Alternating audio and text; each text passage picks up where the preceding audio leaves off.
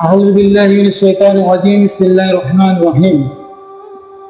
پیارے بھائیوں، الحمدللہ آج سے ہم سفر کربلا کا وہ مبارک سلسلہ لے کے چلیں گے۔ پیارے بھائیوں، جس کے متعلق آپ کو علم ہے کہ محرم اور احرام میں وہ عظیم نفوس قدسیہ امام علی مقام کے وہ مبارک رفقا، پیارے بھائیوں، جنہوں نے دین کی بقا کے لیے عظیم قربانیاں پیش کی۔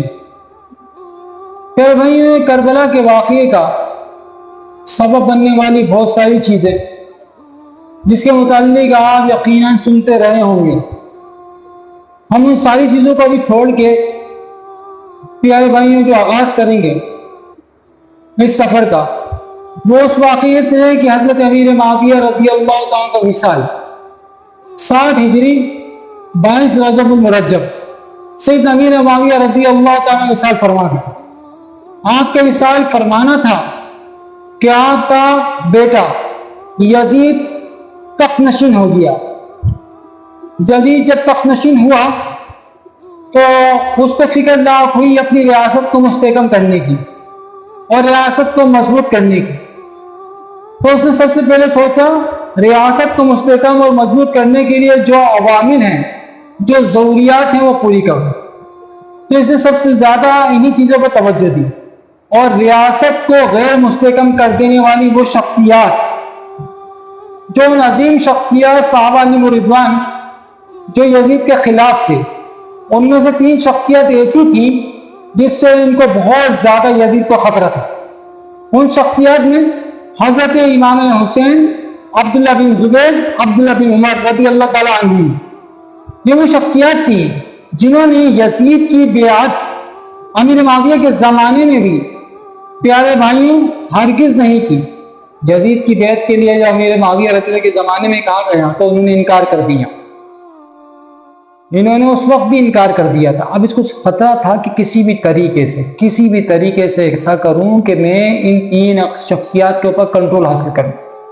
تو اس نے کیا کیا؟ اس نے فوری طور پہ اس خبر کو پہلے تو خفیہ رکھا امیر معاویہ کی وصال کی، اور اس نے مدینے ایک قاصد روانہ کیا۔ اس قاصد کو حکم تھا کہ سرپٹ گھوڑا دوڑاتے ہوئے یہ خط مدینے کے گورنر ولید بن عقبہ تک پہنچائے۔ قاصد نے حکم سنا اور گھوڑے کو سرپٹ دوڑاتا ہوا منزل بہ منزل طے کرتا ہوا مدینے کی جانب آیا۔ رات کا پہر تھا۔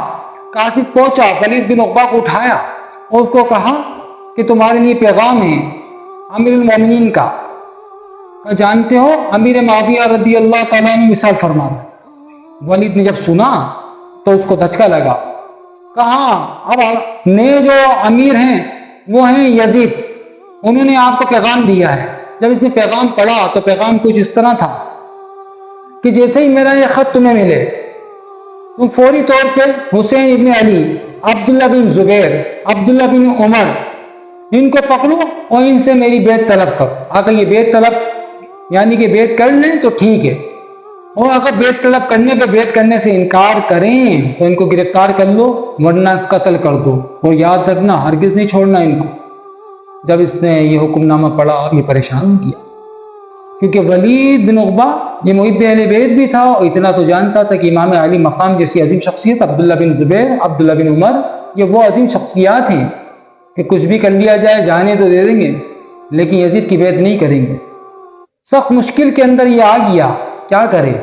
اس کو خیال آیا کہ اسی سے مشورہ کو طلب کروں۔ اس نے اپنے نائب کو بلایا، اس کا نائب مروان بن حکم، جو نہایت ہی سخت دل اور سنگ دل انسان تھا، جو شقی تھا، بدقماش تھا، بد کردار تھا، لیکن نائب تھا۔ اس کو بلوایا، مروان آیا، مروان نے پوچھا کیا صورتحال ہے؟ اس کو بتایا امیر معاویہ کا وصال ہو چکا ہے اور یزید نے خط دیا ہے کہ ان 3 شخصیات سے بیعت لی جائے۔ مروان نے کہا میرا کہنا یہ ہے کہ جتنی جلدی ممکن ہو سکے، میری رائے میں ہے امیر، جتنی جلدی ممکن ہو سکے آپ ان 3 شخصیات کو اپنے قاصد کے ذریعے بلوائیے۔ اگر یہ یزید کی بیعت کر لیں تو ٹھیک ہے، نہیں کریں تو ان کو پکڑ لیجئے اور زبردستی کیجئے، تب بھی نہ مانے تو ان کو قتل کر دیجئے، ورنہ کم از کم ان کو فوراً گرفتار کر لیجئے، ورنہ جان لیجئے گا یہ وہ شخصیات ہیں کہ اگر تم نے ان کو چھوڑ دیا تو اللہ کے مقام پر اگر انہوں نے خلافت کا دعویٰ کر لیا تو بے شمار لوگ ان کے ساتھ شامل ہو جائیں گے۔ عبداللہ بن زبیر حجاز کے اندر ان کے چاہنے والے بہت ہیں، اور اگر حسین بن علی نے خلافت کا دعویٰ کیا تو اندیشہ ہے کہ عراق کے اندر بہت بڑی بغاوت رونما ہو جائے گی، تو لہذا ان کو فوراً پکڑو۔ اس نے رائے تو سن لی ولید نے۔ ولید ان بزرگوں کو عزت دینے کے حق میں تو نہیں تھا، لیکن لاچار نہ چاہتے ہوئے بھی پھر بھی اس کو کرنا تھا کہ میں اپنی بات تو پوری کروں۔ اس نے قاصد روانہ کیا۔ قاصد جب پہنچا ڈھونڈتے ہوئے تو پتہ چلا حسین ابن علی اور عبداللہ بن زبیر مسجد نبوی میں۔ قاصد مسجد نبوی میں آیا، ان دونوں شخصیات سے کہا کہ امیر آپ کو بلاتے ہیں۔ انہوں نے کہا ٹھیک ہے ہم آتے ہیں، تم جاؤ۔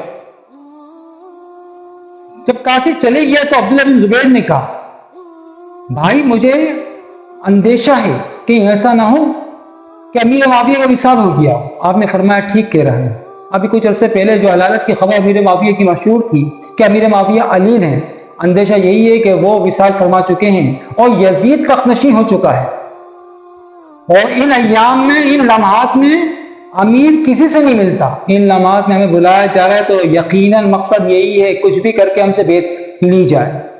تو فرمایا عبداللہ بن زبیر نے امام پاک آپ کا کیا ارادہ ہے؟ فرمایا میں جاؤں گا ضرور، میں بول چکا ہوں، زبان دے چکا ہوں کہ میں آ رہا ہوں، تو میں جاؤں گا، لیکن اکیلے نہیں جاؤں گا، اپنی جوانوں کے ساتھ جاؤں گا۔ آپ وہاں سے اٹھے، آپ اپنے احباب کو آپ نے جمع کیا، ان جوانوں کو جو محب تھے، جو مخلص تھے، جو ساتھی تھے، جو ارادت مند تھے، ان چند جوانوں کو لیا اور آپ نے کہا اسلحے سے مسلح ہو جاؤ اور میرے ساتھ چلو۔ ان کو لے کے آپ دارالعمارت کی طرف آئے اور آپ نے فرمایا دیکھو میں اندر جا رہا ہوں، میرے اندر جانے کے بعد اگر تم سنو شور کی آوازیں آ رہی ہیں، اگر مجھ پہ دباؤ ڈالا جا رہا ہے، یا تم سنو کہ کوئی کیفیت اندر ہو رہی ہے، تو تم فوری طور پہ اندر آ جانا اور کسی کا لحاظ نہیں کرنا اس وقت، اور یہاں سے ہرگز کہیں نہیں جانا جب تک میں واپسی نہ لوٹا۔ جوان چوکنا ہو کے باہر کھڑے ہو گئے۔ امام علی مقام جو اندر تشریف لے کے آئے تو ولید بن عقبہ بیٹھا ہوا تھا اور مروان بن حکم اس کے ساتھ تھا۔ آپ تشریف لے کے آئے، انہوں نے آپ کو سلام کیا، آپ نے وعلیکم السلام کہا۔ ولید نے آپ کو امیر معاویہ رضی اللہ عنہ کے وصال کی خبر سنائی، آپ نے انا للہ و انا الیہ راجعون پڑھا اور تعزیت کی۔ ولید نے اس کے بعد پیغام دیا کہ یا سیدی ہمارے کو ایک حکم اور ملا ہے یزید ابن امیر معاویہ کی جانب سے کہ وہ تخت نشین ہو چکے ہیں اور وہ آپ سے بیعت طلب کرتے ہیں، آپ کا کیا کہنا ہے؟ آپ نے فرمایا ولید تم تو جانتے ہو ہم نے امیر معاویہ رضی اللہ عنہ کی حیات کے اندر ہی اس کی خلافت کا انکار کر دیا تھا، وہ نااہل ہے، وہ فاسق ہے، وہ فاجر ہے، وہ دین اسلام کے اندر اس طرح داخل نہیں جس طرح داخل ہونے کا حق ہے، لہذا جس کا ہم پہلے انکار کر چکے اب بھی ہمارا وہی انکار ہے، ہم یزید کی بیعت نہیں کریں گے کیونکہ وہ نااہل۔ آپ یہ کہہ کے اٹھے اور جانے لگے۔ مروان نے کہا اے امیر ان کو اس وقت اگر تم نے بھیج دیا تو جان لے کہ ان پہ دوبارہ قابو پانا بہت مشکل ہو جائے گا، یہاں تک کہ بہت سے لوگ قتل کر دیے جائیں، ان کو روک لے، پکڑ لے، یا تو گرفتار کر لے یا ان کو قتل کر دے۔ حضرت امام پاک جلال میں آ گئے، مروان کی طرف دیکھ کے کہا اوے ابن زرخہ تیری یہ اوقات، تو ہمیں قتل کرے گا، یہ قتل کریں گے؟ واللہ تو جھوٹا ہے، تو کمینہ ہے۔ یہ کہہ کر آپ باہر نکل آئے۔ جب آپ باہر نکلے تو مروان نے کہا اے ولید تمہارے پاس بہترین موقع تھا، گورنر تمہارے پاس بہترین موقع تھا، حسین کو پکڑتے ابھی وہ قتل کر ڈالتے، اب یہ تمہارے ہاتھ نہیں آئیں گے، اب بہت مشکل ہو جائے گی۔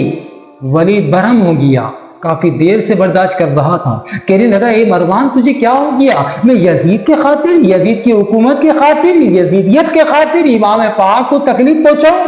ذرا غور کر، سوچ، خدا کی قسم کل بروز محشر اللہ جس سے خون حسین کے متعلق بات پرس کرے گا اس کی کیا حالت ہوگی؟ وہ یقین خفیف المیزان ہوگا۔ تو غور کر اللہ تعالیٰ عز و جل کس طرح اس پہ سختی فرمائے گا۔ جب اس نے دیکھا کہ ولید کے انداز کو تو خاموشی اختیار کر لی، دل میں اس کے کینہ پن تھا۔ کہہ رہے بھائی امام پاک باہر آئے، اپنے احباب کی طرف تشریف لے گئے، اہل خانہ کی طرف آئے، اور اہل خانہ نے جب آپ کے چہرے کو دیکھا سبب پوچھا، فرمایا ہاں اب تیاری کر لو، اب ہمیں مدینہ چھوڑ کے جانا ہوگا۔ اب بڑا پرفتن دور شروع ہونے والا ہے، یزید تک نشیں ہو چکا ہے اور ہم پہ دباؤ ڈالا جائے گا بیعت کا، بیعت ہم نہیں کریں گے۔ لہٰذا ایسی صورت میں کہیں ایسا نہ ہو مدینے کے اندر ہماری وجہ سے خون ریزی ہو، لہٰذا ایسی صورت میں جتنی جلدی ہو سکے ہمیں مدینہ چھوڑ کے جانا ہوگا۔